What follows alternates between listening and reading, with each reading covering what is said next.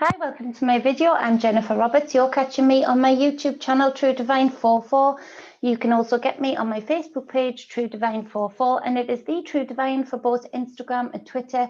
Any likes, shares, subscribes, and follows are greatly, greatly appreciated, and much love to all of those who do that thus far and use their discernment to come to me and enjoy what I do. I really enjoy connecting with those people and giving out this information. So this is part of the free content that I put out.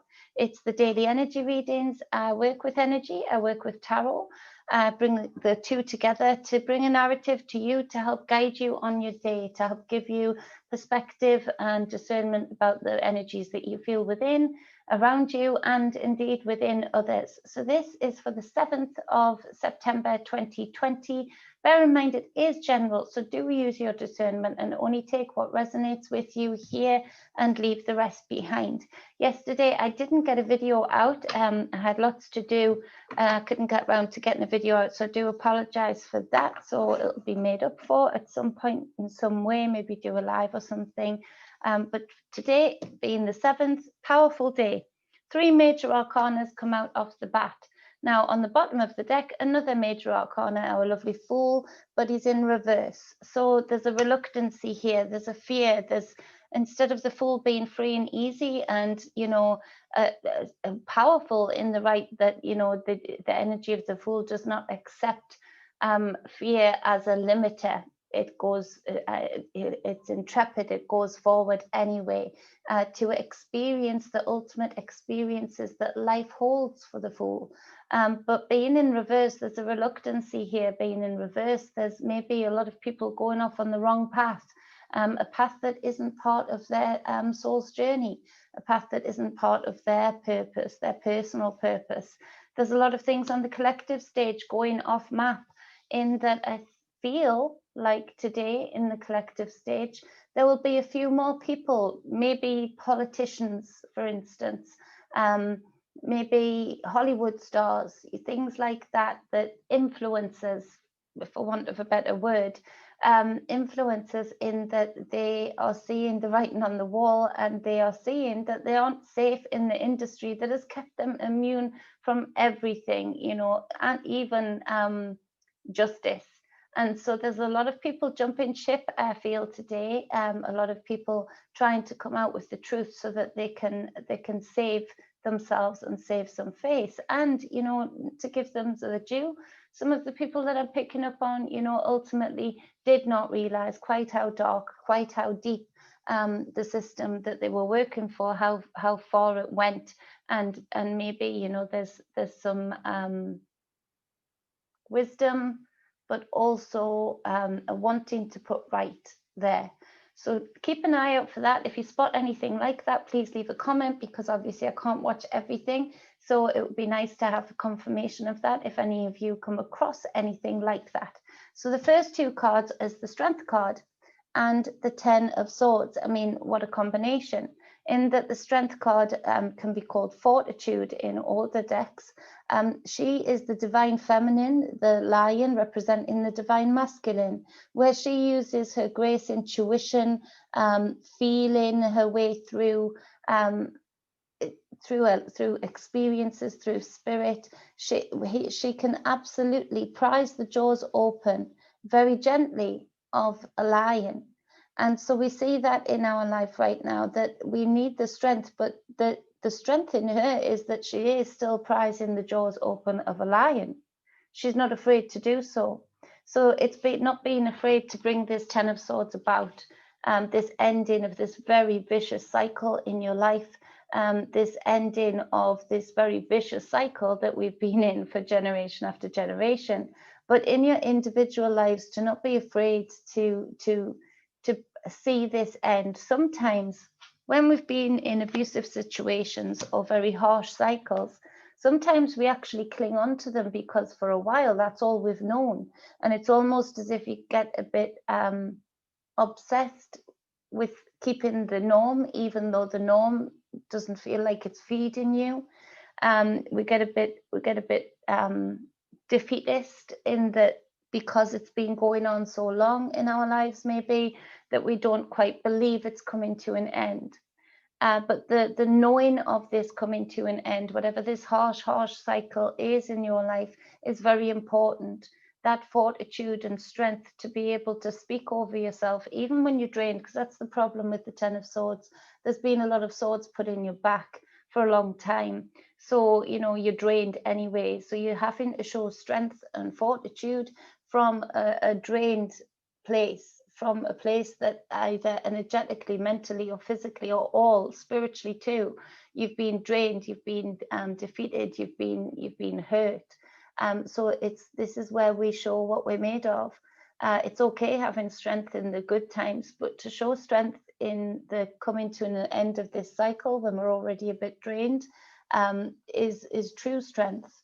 Now, she is using her intuition, knowing that there's a time for everything. With the infinity sign here above her head, that's the conveyor belt, you know, of balance, of learning, taking action, expanding, and out the other side to go forward. So it's at that point that she'll send her lion forward. The divine feminine will send the divine masculine within forward to take action, to move out of this cycle. So a lot of people might be taking actual physical action today or within this week of moving out of somewhere, or moving out of something, moving out of a circle of people, a job, a home, a relationship, because they've realized that it wasn't what it seemed to be. And so the next card is the Death card. And so another major arcana. Now, death is marching on. There's a lot of death happening. And ironically, the spell work that the collective stage puts out always ironically reflects things, but in the opposite way, as that they are still, even though their own numbers don't speak of it, they are still putting out the death, death, death, death, death. All of a sudden, other deaths have disappeared. You know, the cancers, the heart attacks, the strokes, the big killers have disappeared. Even accidents, suicide has disappeared. Now, and ironically, there is very little death regarding the spell work that they've cast out. But the death is also that of this big cycle. But it's also the death of people being within this cycle, people seeing this cycle as the be all and end all. That is ending for a lot of people, that through this death there is true life for people, because they're able to see through the illusion, see through the veils that have been put upon reality, the hijack that has taken place. So where there is death, this actually speaks to me: life, life, life, live, live, live, experience, experience, experience. And so the opposite of what they are trying to do with their spell work, the propaganda of talking and trying to bring fear with death, is not working, which is a huge thing. It's a beautiful thing. It's an amazing thing. And so this does speak of that. Now, on the clarifying card for that is the Four of Cups. And so it really is important to see the wood for the trees. The Four of Cups representing a cup with everything that you need in it, everything that you need in it, being handed to from the heavens. But the concentration on just the other three cups stops you from seeing what is really there. So talking about death, as I just have previously, this is what this is, that people are seeing that one cup that has the truth in it. They are seeing that. They are seeing that Holy Grail. And so that is a beautiful thing also. But there is a lot of people who have bought into this death card, meaning death. Now, that isn't a complete mistake, because although those category of people are concentrating on the Three of Cups, and the spell work is working on them, they're concentrating on death through this, you know, this very intelligent virus. But actually what they're picking up on, part of the spell work, is that there is real death. And there's very sad, unnecessary death going on right now. One of that being suicide. Suicide rates have gone through the roof, yet aren't being reported upon. So people are energetically picking up on that loss, that death. But what the propaganda is doing is twisting it and using that energy, that imprint that is being left by these people who have transferred over, the sadness that that brings for the people left behind, and the sadness, the energetic imprint that was left behind when that person was in such a place of destitution, of poverty, of brokenness, whatever it might be. They are harnessing that energy and projecting it out to those who are buying the death, death, death narrative, which is a dark thing, and it annoys me, because there's the truth and the lie in it, isn't there? That there is that death, but it is death that is completely unnecessary, brought about by completely planned events, and they harness that energy, do the infinity and do the conveyor belt of the infinity sign and flip it back out at people. So for those who are being spelled like that, you know, it's time to wake up. It's time to look at your one cup, your holy grail, and not look at these other three cups that aren't filled with what you need. They're filled with lies and illusions. So the next card is the High Priestess card. And so the High Priestess card is the hidden knowledge, the hidden intuitions, the hidden powers that the humans have within them, and the capabilities of harnessing their soul's power and bringing it down into the physical reality. She is the imagination and culmination of the manifestation of the Fool card and the Magician combined. She brings all of those together in that she knows how to use the hidden knowledge. She knows how to use her ancestral knowledge. There's information here in the spirit world, far more truth and far more inspiration than there is actually coming out of those that say they lead the physical world. Look to that, look to your ancestral roots, look to the guidance that you're getting through your spirit. Look to what you are inner standing, inner knowing, rather than the outside world, because I can tell you now there's much more truth in that, regardless of anything that's going on the outside, for you to go forward.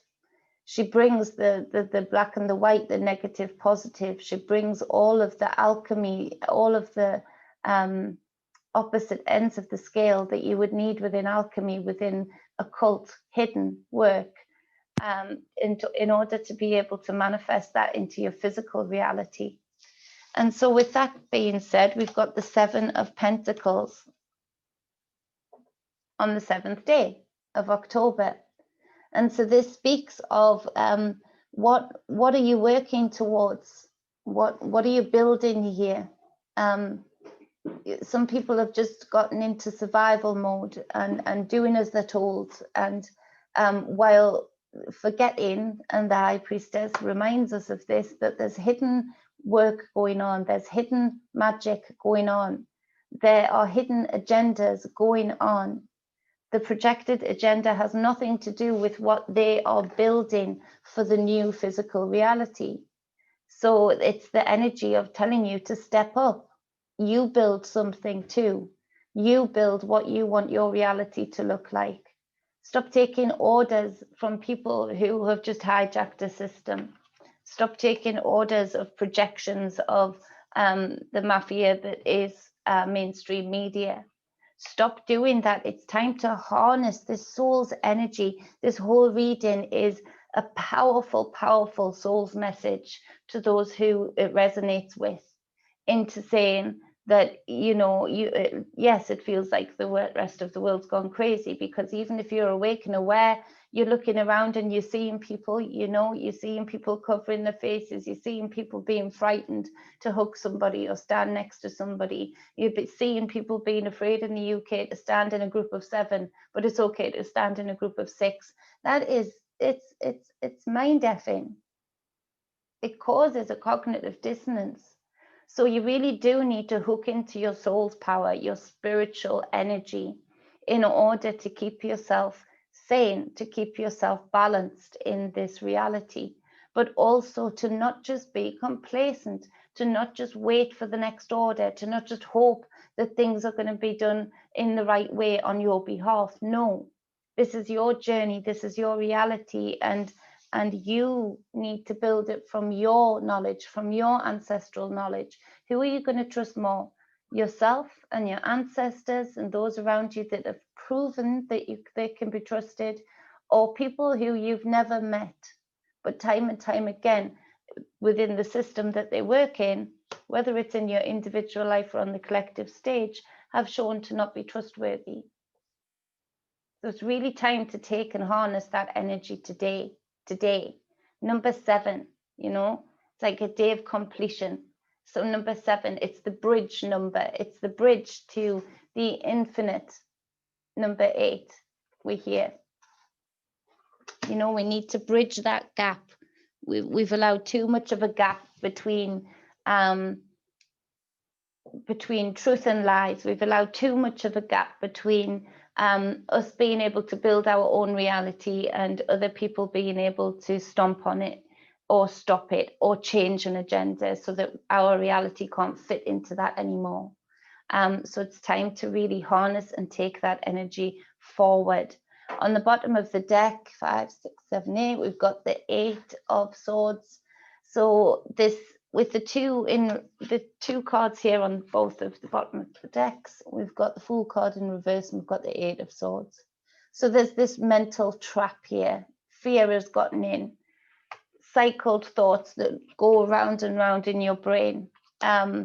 Knowing that things aren't the way they are meant to be, but not knowing quite how to get out of it, not knowing quite how to get out of that. So where, you know, you see the infinity sign on the number 8 with the strength card being the number 8, we see the number 8 here, that, you know, the opposite end of the scale. You need to have strength within this. You need to have enough strength and intuition to be able to prize open your mind, to prize open those bars, those swords that you've trapped your mind in, trapped your thoughts into. It needs to be done with purpose, with intent. Follow your intuition. Rather, if see, the 8 of Swords isn't all bad. None of these cards are. The 8 of Swords does highlight to us what is wrong. Because if we get lost in a certain pattern of thoughts, whatever is repeating in those pattern of thoughts, your mind is giving you clues as to what is wrong. Your mind is giving you clues as to where you are trapped, what you need to prize open, what you need to let go of, what you need to move forward from. So take it and use this energy also. Don't just try and get out of it.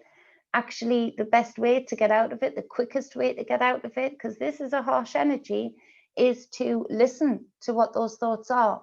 Write down what is the repetitive thought that keeps going round and round. Write it down. Find your answers within that, because you can look and you can say, let's say for individual lives, I'm in the wrong relationship, or I'm in the right relationship. I love this person, but I'm scared. Why are you scared? Okay, what's the other thought? Right, okay, because I've been lying. Okay, so where's the truth in that? Okay, so I can release myself very easily from that situation because I can tell the damn truth. It immediately dissolves these mental swords. They dissolve into what they are, ether, air, you know, the thoughts. And so you take that strength to do that and to prize it open and to open up a dialogue by eliminating the elephant in the room, the swords around your mind. And you can put that process to any kind of thought that is going through your head. But the 8 of Swords isn't your enemy. It's you that decides to stay in it too long. Or it's you that decides to harness it and say, okay, thank you for the heads up.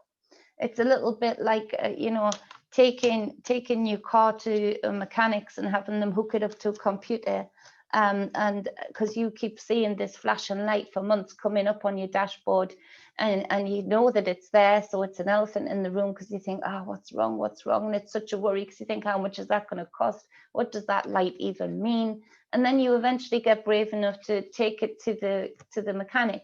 They hook it up, and so that repetitive thought comes up on that computer and gives it an absolute answer. You know, the computer literally asks questions and writes them down on the screen for you to see the answer as to where the problem lies. 9 times out of 10, it's an easy fix. It was a warning light. You know, you need to do this to the car to maintain the engine, to go forward in that car.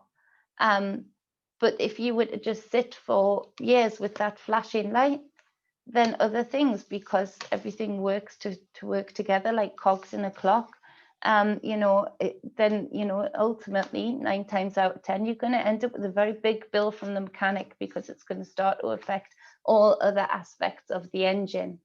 And so I hope that works for you as a definition of the energy that I'm feeling within that, in that you can easily dissolve it if you're brave enough to actually face it and use the 8 of Swords as a computer, as a highlighter, as a tool to have a clue to know how to go forward and how to dissolve that energy. So that is the reading for the 7th of October. I hope it helps you all. Take this day for all it's worth, make it yours. Do what you need to do to flip that Fool card the right way up and go forward without fear, but go forward with discernment, of course, and experience life. You know, don't let anything hijack this experience for you any day of the week. So much love. Stay balanced, stay whole. If you would like a private reading with me, you can get in touch with me at truedivinemedia@gmail.com. You can also hit me up at Facebook on private messenger at truedivine44.